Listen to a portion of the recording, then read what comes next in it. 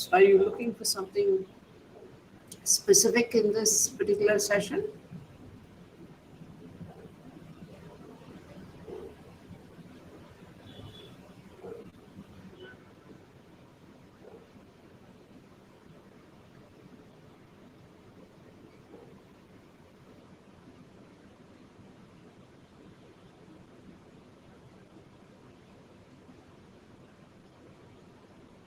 How to present or speak in an interview, okay?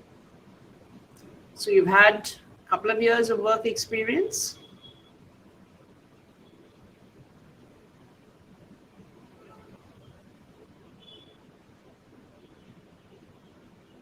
Three years, okay.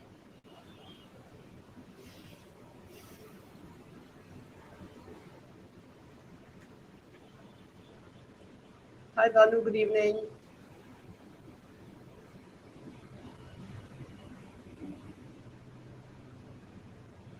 I was just checking with the others what they're doing and what you're all specifically looking for.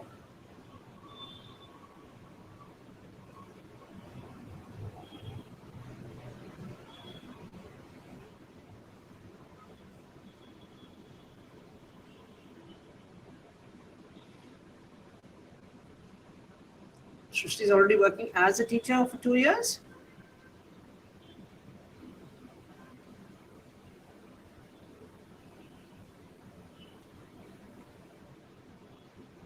Okay. So you're looking for interviews for other teacher jobs in the same career line or something different?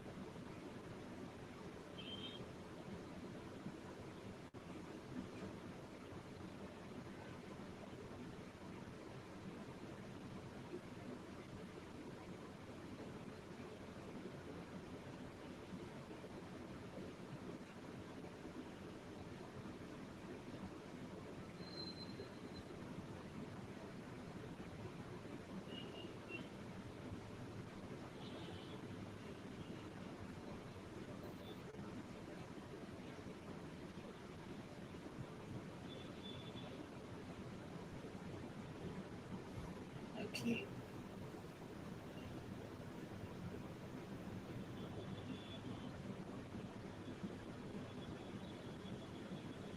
So both your career and your hobby are teaching.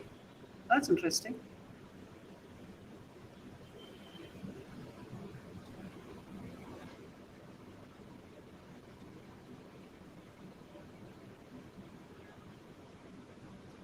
So that is at school level or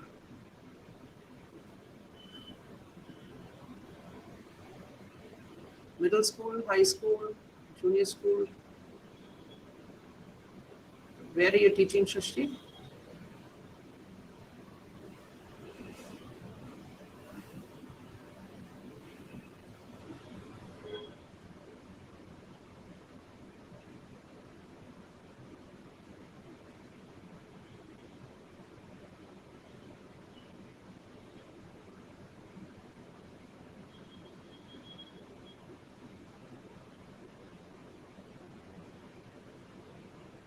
Nursery to, oh, you must be really loving kids. That's nice.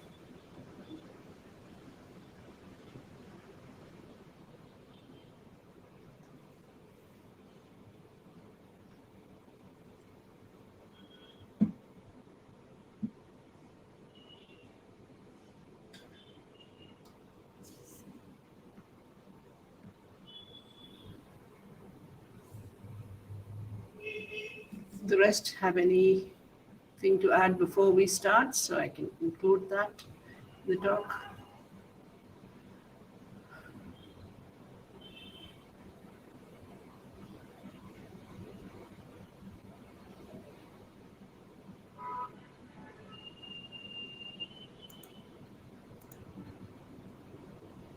All right, so 7 o'clock on the dot. Let's start.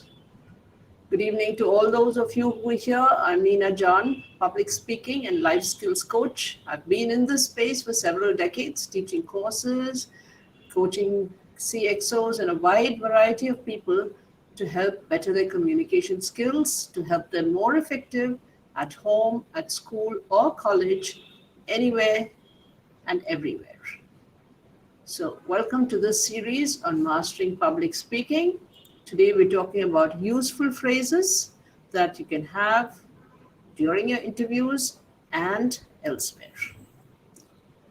So, remember the first thing when you are having an interview, first thing even before you go for the interview, you may have to have some kind of a cover letter or any of those things. Make sure that the grammar, everything is absolutely perfect, because people are going to look at that and only then are they going to call you for your interview. So even in the covering letter, you need to use the right kind of phrases.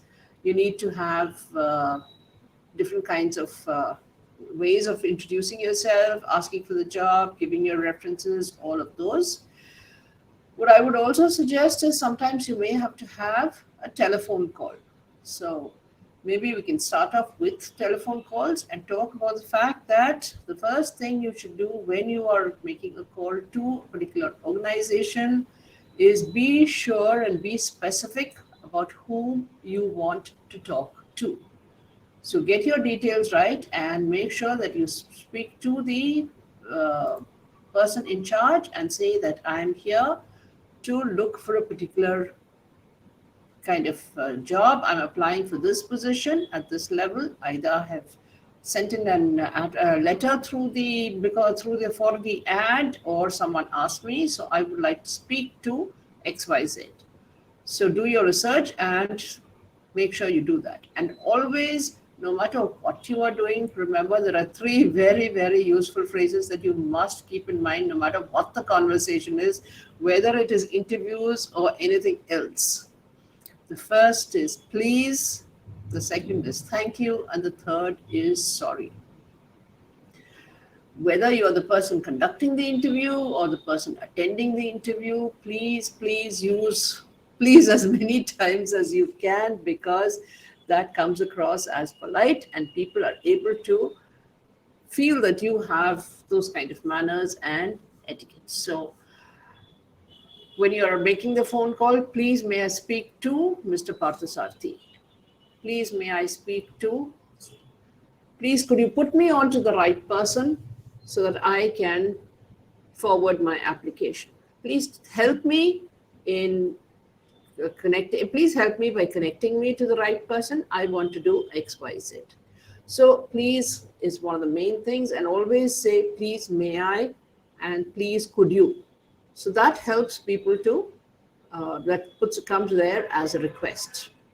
So as I said, telephone calls, always remember these are the kind of things and phrases you have to keep in mind. You must have in terms of what you want, who you're talking to, and why you want to talk to them. So therefore, first thing would be your particular request. Once that has happened and they might put you on to the correct person, he or she may be busy at that time, and now that you have the number, they may ask you to contact them at another time.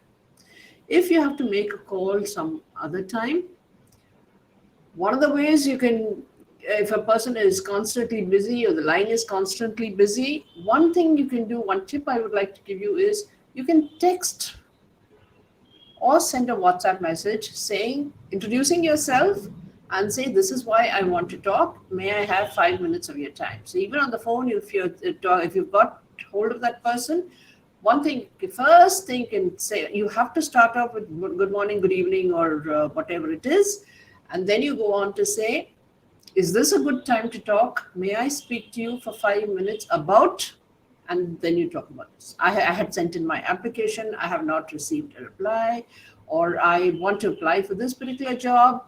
Can you help me with that? So these are the ways you speak to people and get their information. So make sure you do that. and carry on with the thing. Hello?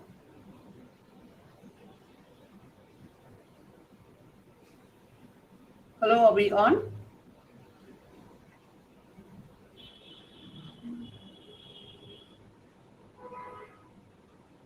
Hello, can you see me?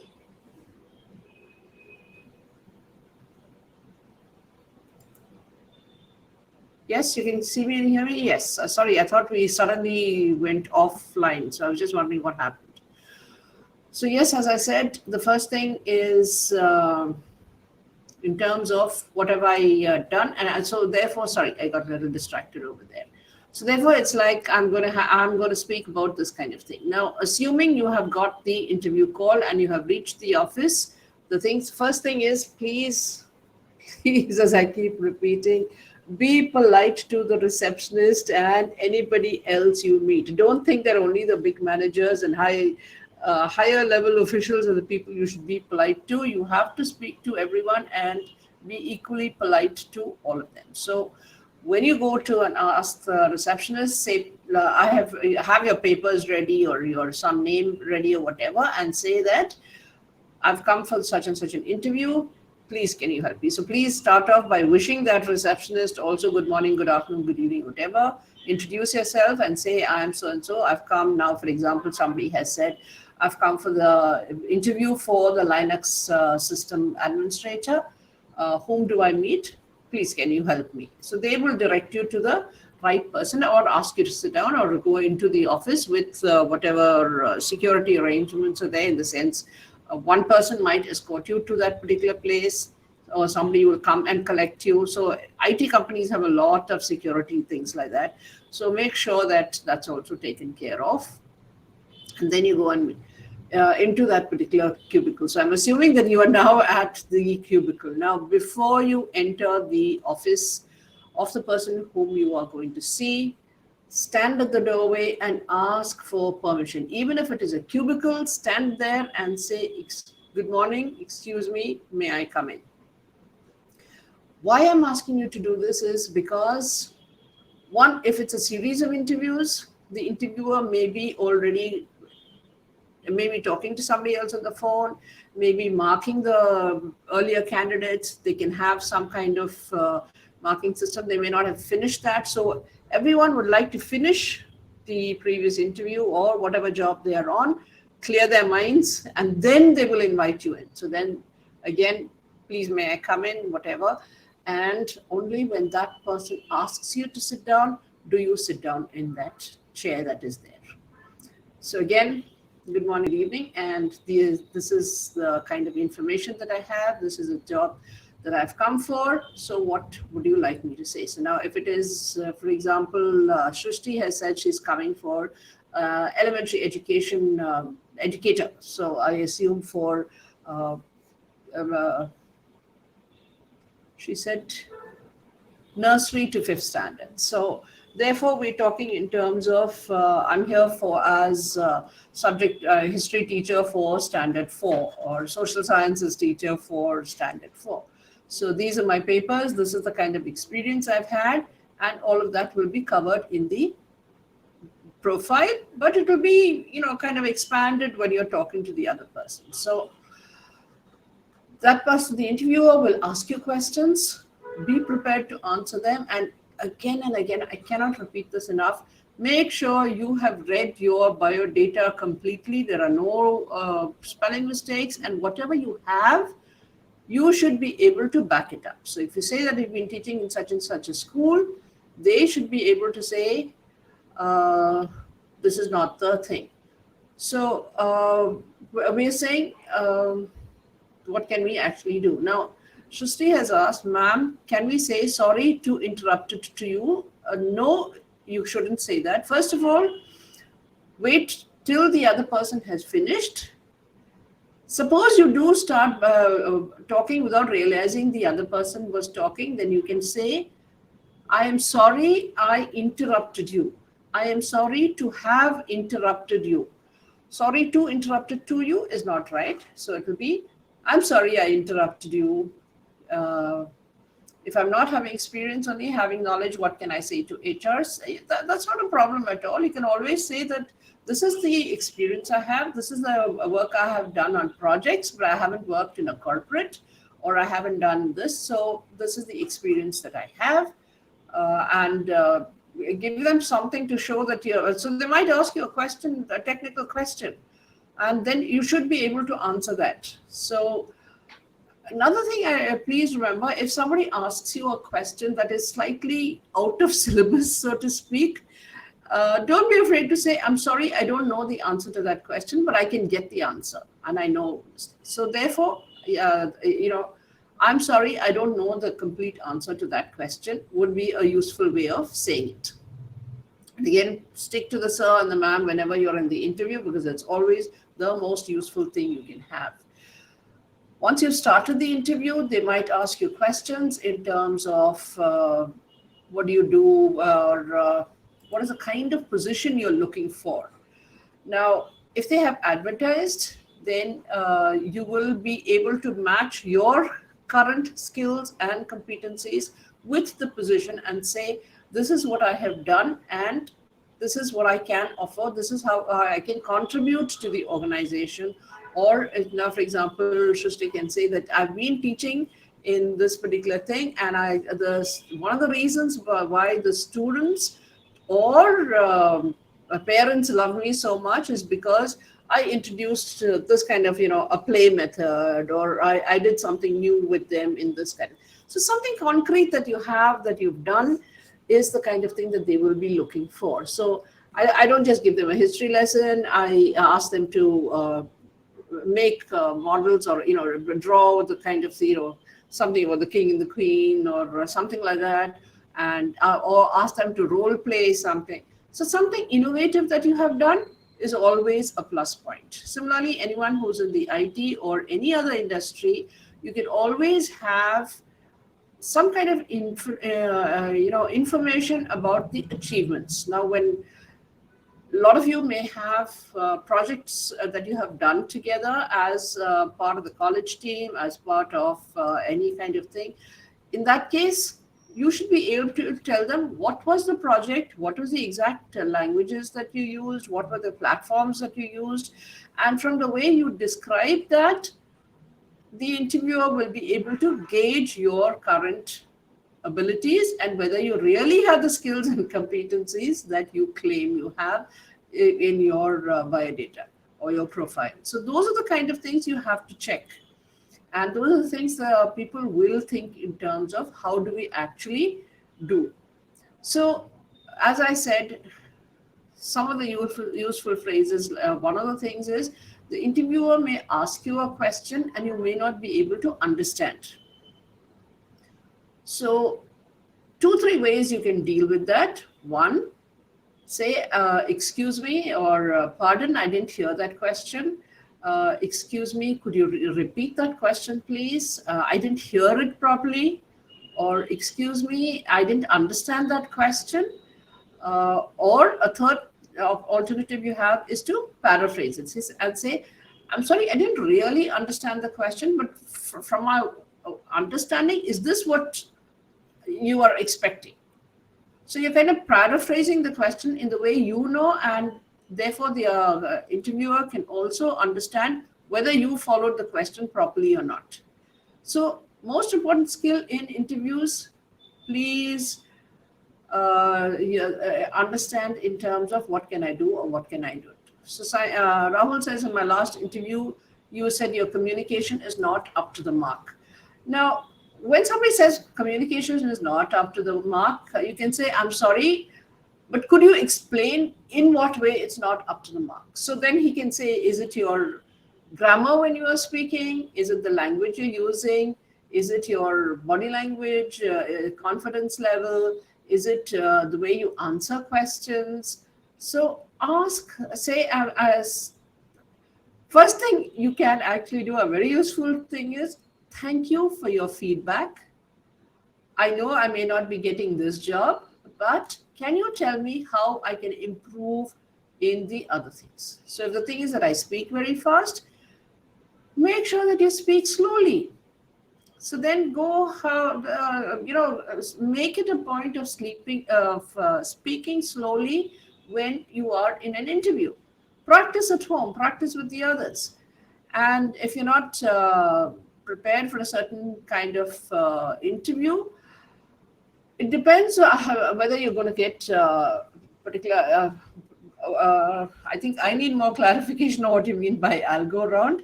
So please, can you expand on that?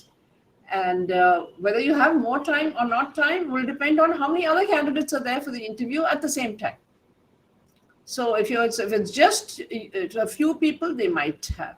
So for any round in the interview process, by and large, if it's a group of people, they will not give you more time.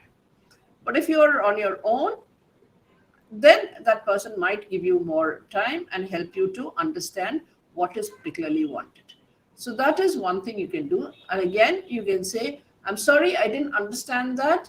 May I have more time? Or I'm sorry, I'm not able to over this thing. Can you give me a little time to think about this and say that?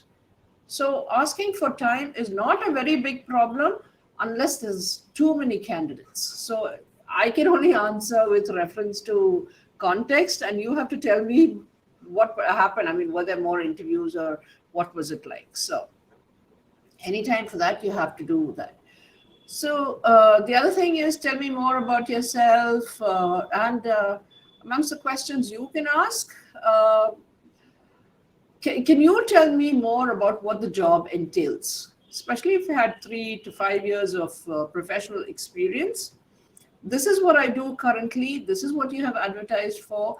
But can you explain a little more about what the job entails so that I can understand what I can do? So you're also talking in terms of your achievements. You're also talking about how you can contribute to the company. So being able to contribute to the company rather than joining a company because I want a better salary or things like that, it gives a much better impression for people. So you think in terms of what can I do for the company rather than just say that, I've come here for the job.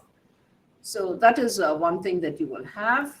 You will also have in terms of when they ask you, what have you done? So look at your biodata, look at the achievements you've had, and be specific about how that project achieved its particular objectives. How did it help the company? Now, salespeople, for example, will say they got X amount of sales, and as a result, the company turnover grew X number of times. So they might have statistics. So make sure you have statistics and say, this is how I did it. And remember, you don't always have to be a project leader for any of these things. You can also say one of the things that one of my strengths is that I am a good team leader, a team member. So when I am part of a team, I make sure I contribute. I take take as much of the load of all the others as possible. I make sure I contribute wholly to the objectives and make sure that everyone is part of the process. So these are also things people will look at for in the interview, not just team leader or just title or designation. They're looking at how did you work as a team. They might ask you questions like, have you done any, was there any conflict in the team? And therefore you need to understand, if you can explain some particular situation where you think you dealt with a particular situation, either with the client or between the team, where there was a conflict, and how you were able to resolve that conflict or diffuse that situation. That also shows people's skills, and the interviewer will be impressed with something like that. So you have to give all this in a very factual, assertive kind of a way without sounding like you're boasting about the whole thing.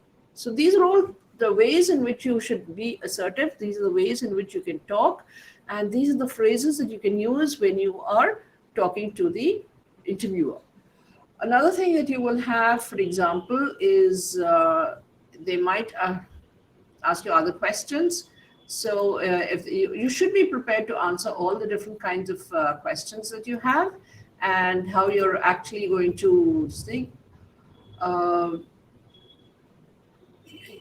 Some of the questions might be with reference to your industry, and they might ask you questions like, why did you apply for this particular position? So you should be prepared for that. If your interview is taken by two HR at the same time, how can we face? If you have more than one person, so it's what you call a panel interview. Usually the panelists will take turns to ask you questions, but when you're answering, make sure that you make eye contact with both the panelists. So don't look only in one direction and speak to panelist X. Smile and make sure you are, while you're talking, you're also looking at the other person. So that way, the other person is included in the interview and you can give your answer. Sometimes only one person will do all the questioning and the other one will take notes. But even then, make sure you look at both the people and do this thing. And you can have the phrases like, is there anything else I can add to that? Do you think would you like some more information about that? So those are the ways you can prolong the interview, so to speak. So these are the ways in which you have all this. And why did you join this particular company? So you need to give answers of about maybe better prospects, because it offers me a more challenging environment, where it offers me an opportunity to travel, it offers me a new platform, it offers me a technical challenge because this is a new platform, and this is something that's coming up. So all those kind of things, or like if you're trying another school. So the earliest school was XYZ, but this particular school has a great reputation, and I would love to be in a school with a better brand, so to speak. Working in a startup company has its own challenges, and I know that if I perform well over here, I will learn as much as I can, and I will be contributing to the company as a whole. So these are the kind of things that people will look forward to, and the kind of phrases that you can use when you're having the interview. So that's what I'd like you all to think about. And since we've kind of come a little bit towards the end of the program, if questions you have, please put them into the chat box so I can answer specific queries. It's much easier for me when I do that.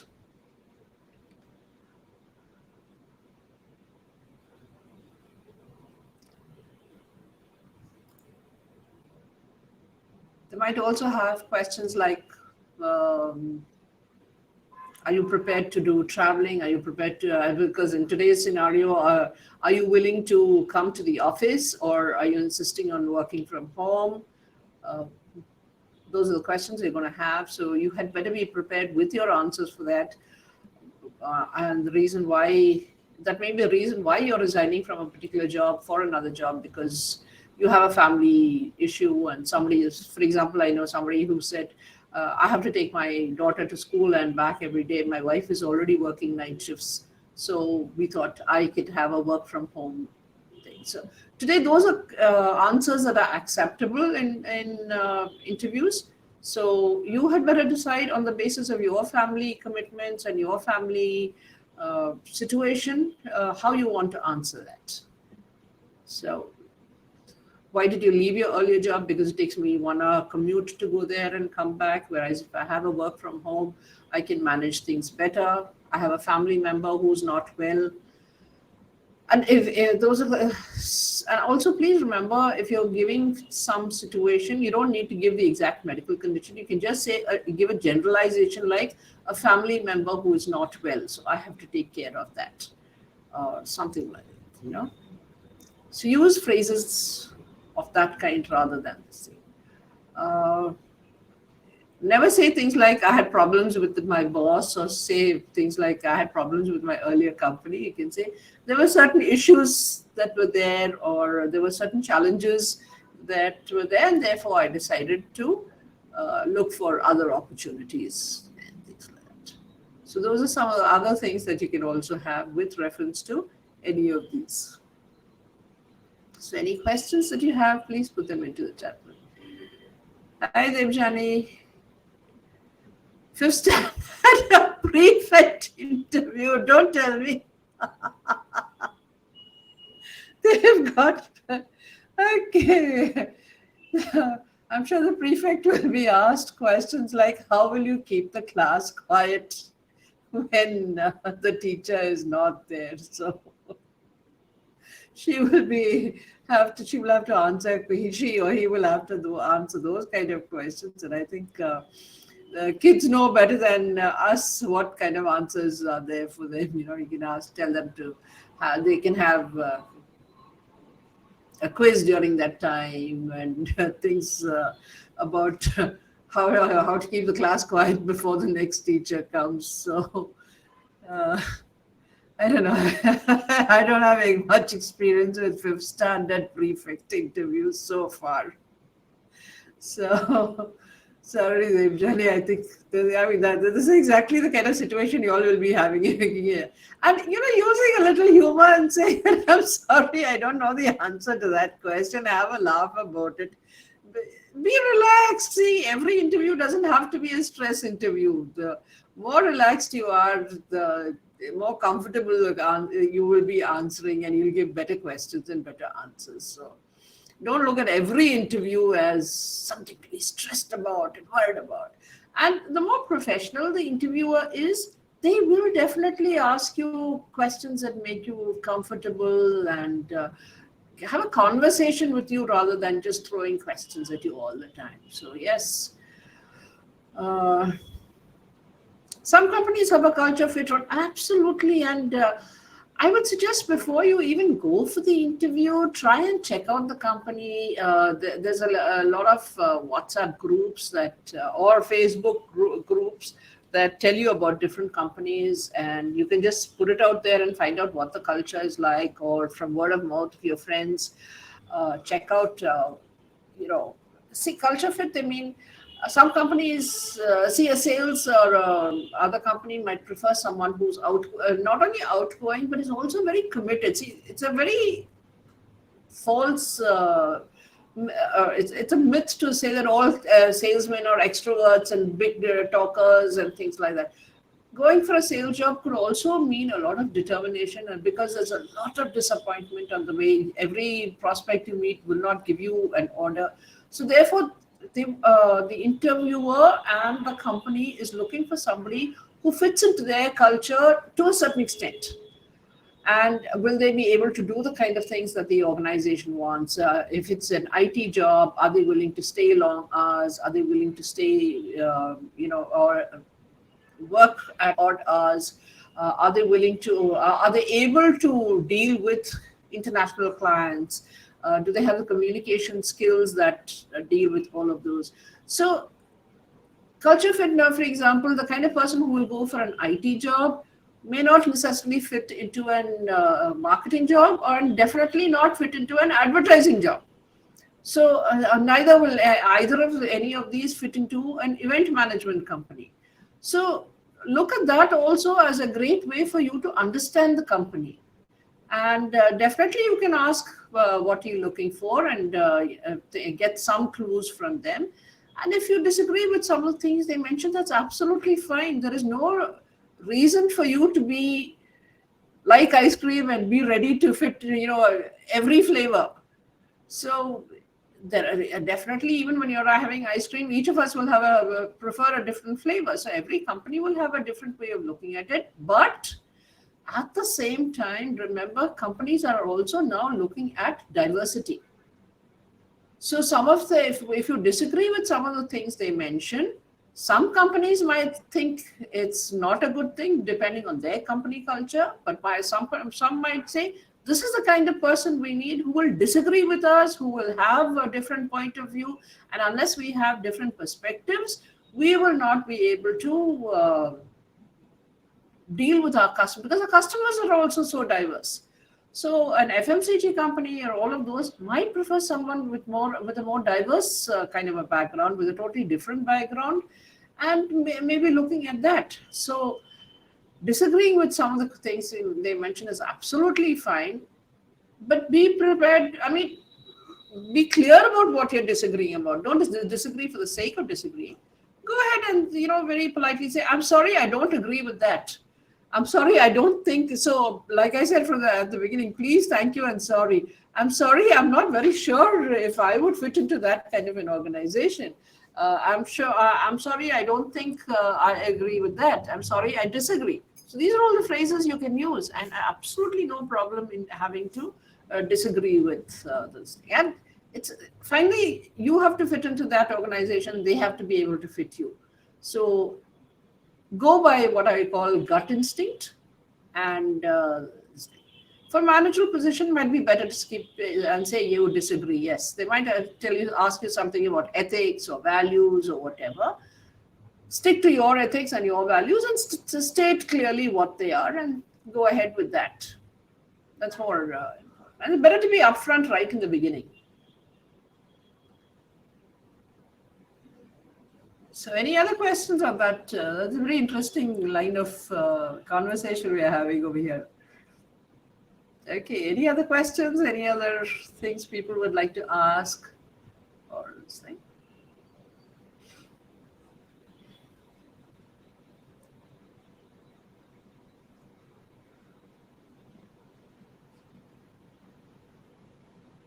Okay, a couple of minutes for the last couple of questions. Feel free to ask because it really depends on your questions, how specific my answers can be.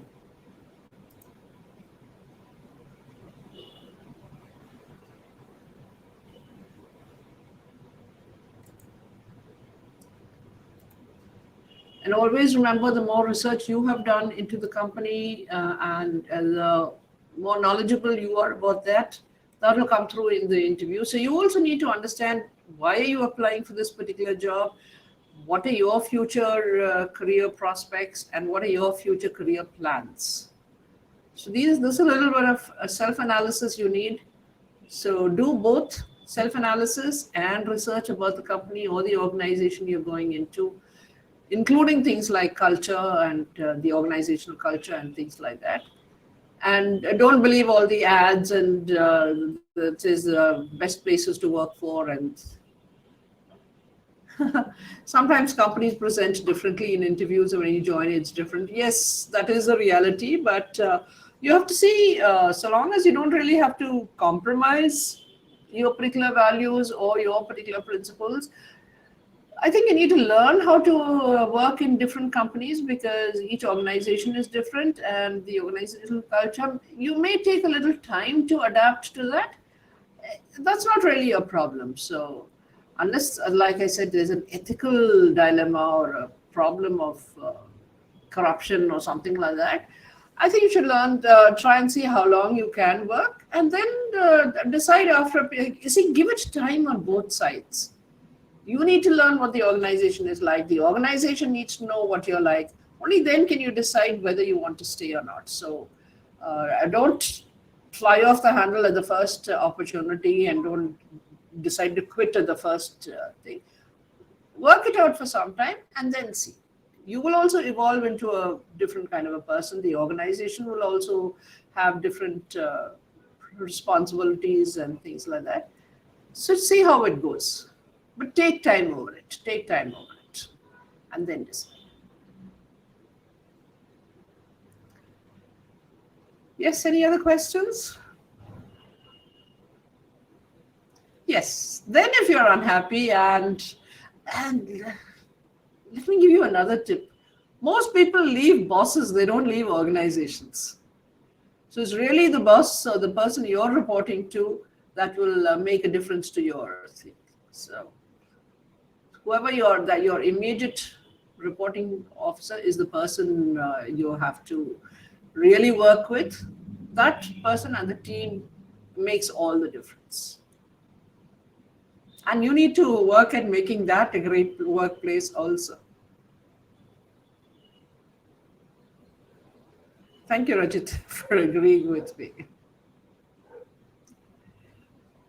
All right. So anything else?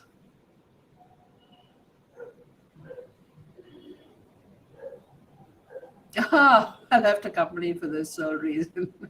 I know that happens.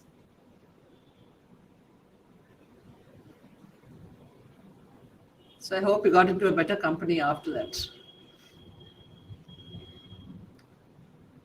I think it's just this creator channel that we are talking about, nothing else.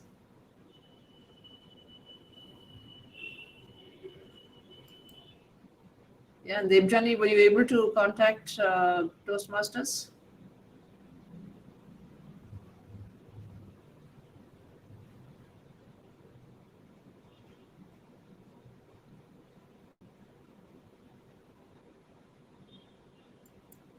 Oh, good.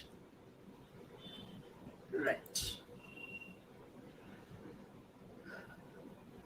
Thank you so much. So, any other feedback that you'll have, if you'll quickly type it in before I wind up.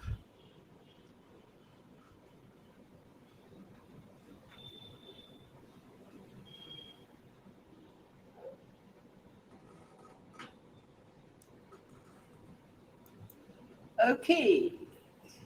Thank you. Thank you, Abane, Arpit, everybody. So, thank you, Debjani. So I'll be back. So if you have any inputs in terms of what you all would like next time in terms of interviews and public speaking in general, do send them in. And I will see you again 2 weeks from now. Thank you, everyone. Nina John here, signing off. I'm there on LinkedIn and anywhere else that you want. Keep in touch and have a great 2 weeks until we meet again. Thank you. Good night.